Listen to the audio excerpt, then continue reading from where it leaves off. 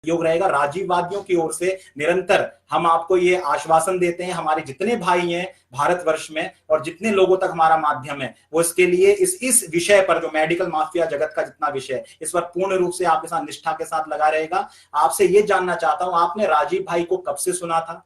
राजीव भाई के प्रति आपके मन में क्या भाव है? और राजीव भाई से आप क्या नया ऐसा सीख पाए जिसने आपको कुछ विशेष ऐसा दिया हो जो वाकई में किसी और को सुन के नहीं मिला?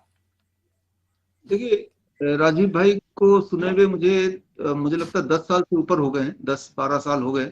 और मैं तो यूं कहूंगा कि उनका कोई भी शायद ही ऐसा लेक्चर होगा जो मैंने देखा नहीं हो। कम से कम एक बार देखा नहीं, एक बार सुना ना हो। मैंने सारे लेक्चर, सारे वीडियोस उनके देखे हैं और कुछ को ज्यादा बार भी देखे हैं। उनकी जो किताब है वो भी मैंने पढ़ा है। तो वो एक फाउंडेशन की तरह है, वो एक फाउंडेशन बन गया। उससे एक एक बेसिक समझ आपको आ गई, जिंदगी की समझ आ गई। तो उस समझ को लेके, और वो एक तराजू बन गया और एक पैमाना बन गया। उस पैमाना को लेके आप मान लो आपके पास एक तराजू हो ही गलत, तो कोई भी चीज आप मेजर करेंगे कितनी भी एक्यूरेसी के साथ, वो गलत ही आंसर देगा। लेकिन अगर तराजू आपका बड़ा बहुत अच्छा हो तो आप गलत कर ही नहीं सकते। तो जब भी हम दुनिया को देखते हैं, उस तराजू को सामने रखते हैं, फिर दुनिया को देखते हैं, और उसके बाद हमें जो कंक्लूजन मिलता है वो कंक्लूजन लेके सिंपल भाषा में आप तक पहुंचाते हैं।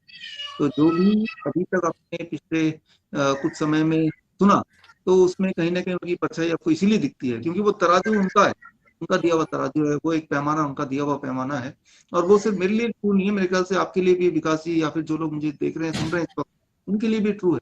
जाने अनजाने हमारे बैकग्राउंड में वो रहता है, और उस बैकग्राउंड में को सामने रख के फिर हर चीज को हम आंकते हैं, और तब हम सही फैसला कर पाते हैं। तो हर फैसले को करने के, क्योंकि उन्होंने, आप देखेंगे तो हर विषय पे उन्होंने अपना अपना किसी न किसी रूप में उन्होंने बताया हुआ है, कोई विषय छोड़ा नहीं। तो बिल्कुल निश्चित। वो एक अपने आप में मैं समझता हूँ कि यूनिवर्सिटी की तरह है। उसको अगर आप देख लेंगे, वो सारी वीडियोस देख लेंगे, तो आपके लिए आसान हो जाएगा। तो उनके नहीं होते हुए भी वो हैं, और वो हैं तो उनकी तरह हजारों लाखों लोग अभी हैं। तो कुछ उम्मीद है हमें।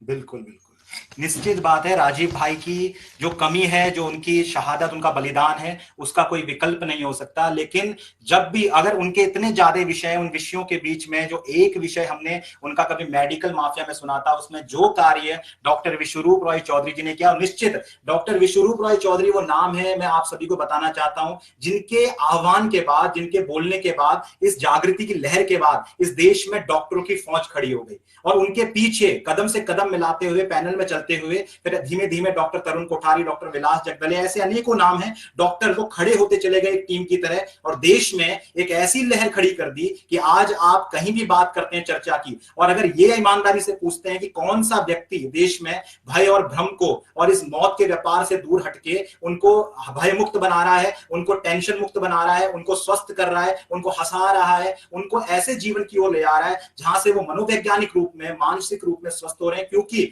अब कोरोना कोरोना तो कभी भी आईएलआई से बढ़कर नहीं है, डॉक्टर साहब ने कहा है, लेकिन बेहतर बात ये समझना है कि अब ये एक मानसिक बीमारी हो चुकी है, और दूसरी ये कि मीडिया की बीमारी हो चुकी है। इससे निकलने के लिए सबसे पहले जो इसके फाउंडेशन में, वो राजीव भाई दीक्षित जी के वो आयुर्वेद के व्याख्यान है, राजीव भाई दीक्षित जी के वो पूरे फ्लू के व्याख्यान है, और वर्तमान समय पर, क्योंकि राजीव भाई शरीर से नहीं है, इस कार्य को पूरी शिद्दत और ईमानदारी से जो डॉक्टर बीआरसी ने निभाया है, निश्चित रूप में डॉक्टर साहब, मैं व्यक्तिगत रूप में जब मैंने आपका पहला व्याख्यान देखा था, ये मैं आपको बता देना चाहता हूं सबके समक्ष में, वो मेरे पास आपकी पुस्तक पड़ी थी, हॉस्पिटल जिंदा वापस कैसे लौटे, और कई पुस्तकें ऐसी थी। लेकिन इसके बाद जब मुझे कमलेश दीदी जी, एक दीदी हमारी, उन्होंने हमारे राजीव दीक्षित जी फॉलोवर में एक वीडियो सर्कुलेट किया, और वो वीडियो कोरोना का पहला वीडियो था आपका, और जब वो वायरल हुआ तो हमें तुरंत वापस समझ में आया, अच्छा डॉक्टर बीआरसी पर बोल रहे हैं, और उसके बाद एक कड़ी जुड़ती चली गई, और फिर जितनी क्रांति हो सकती थी हम वहां पर खड़े हो गए। और भारत के अंदर मैं आपको आश्वस्त करना चाहता हूं,